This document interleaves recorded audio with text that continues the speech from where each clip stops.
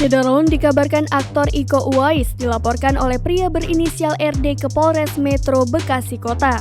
Adapun pria kelahiran 12 Februari 1983 itu diduga melakukan penganiayaan terhadap tetangganya pada Sabtu 11 Juni 2022 malam.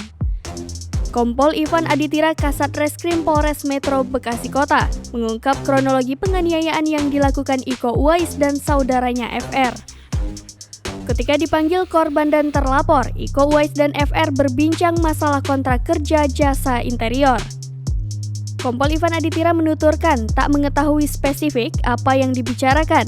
Namun, maksud korban adalah ingin meminta kekurangan pembayaran sekitar 150 juta rupiah. Tapi, justru terjadi dugaan penganiayaan terhadap korban.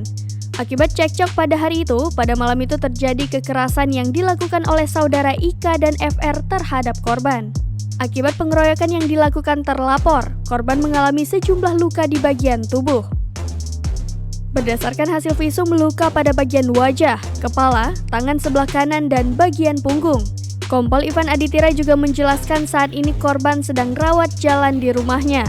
Diketahui, saat pengeroyokan terlapor tak menggunakan senjata apapun alias tangan kosong. Tidak hanya itu, Iko Uwais dan satu orang terlapor inisial FR turut diperiksa hari ini, Selasa 14 Juni 2022.